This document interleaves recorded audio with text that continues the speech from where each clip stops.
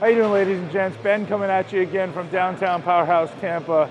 I chose to do this video today because it's becoming, I don't know if it's a pet peeve, but I look around the gym and I see everybody doing stuff wrong.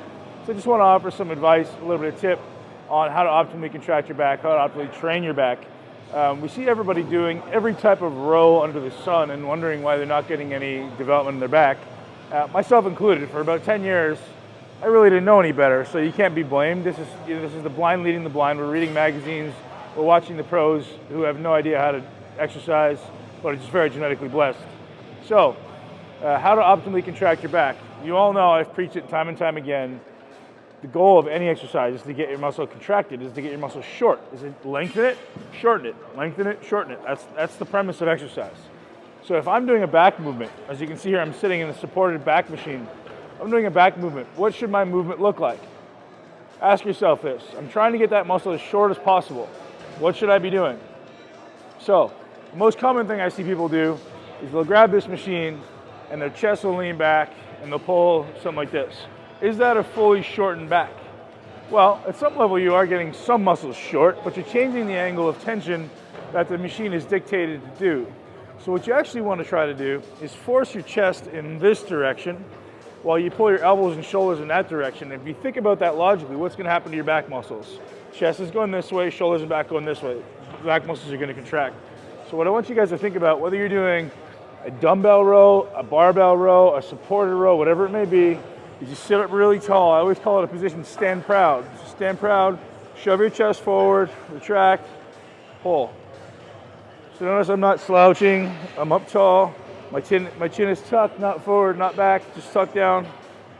Just big stretch, retract, finish while my chest leans into it.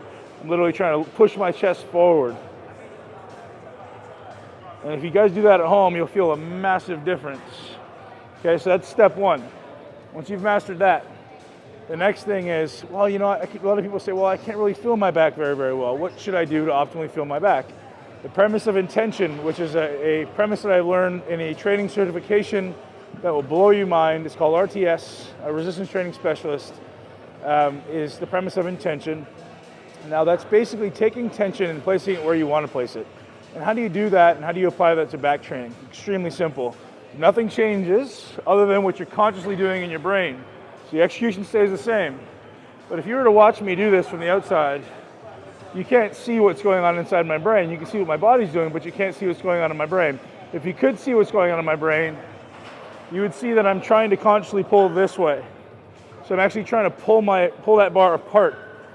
So if I'm doing it, I'm pulling right here, pulling that bar apart as hard as I can, keeping my chest up tall, retract, pull that bar apart as hard as I can. What that's going to do is contract the entire region around your back. Another way you can do it, different hand position. Let's go a parallel grip. Same thing. Retract, pull. Now I can pull down. If you can practice doing that through the entire range, both eccentric and concentric, your ability to contract your muscle will be incredible. Try it at home. Just grab any machine, stick your hand on the desk in front of you, or really anything that's solid in place, and literally just push your hand down. Push your hand down. You're going to notice your lat immediately contracts. Push your hand out.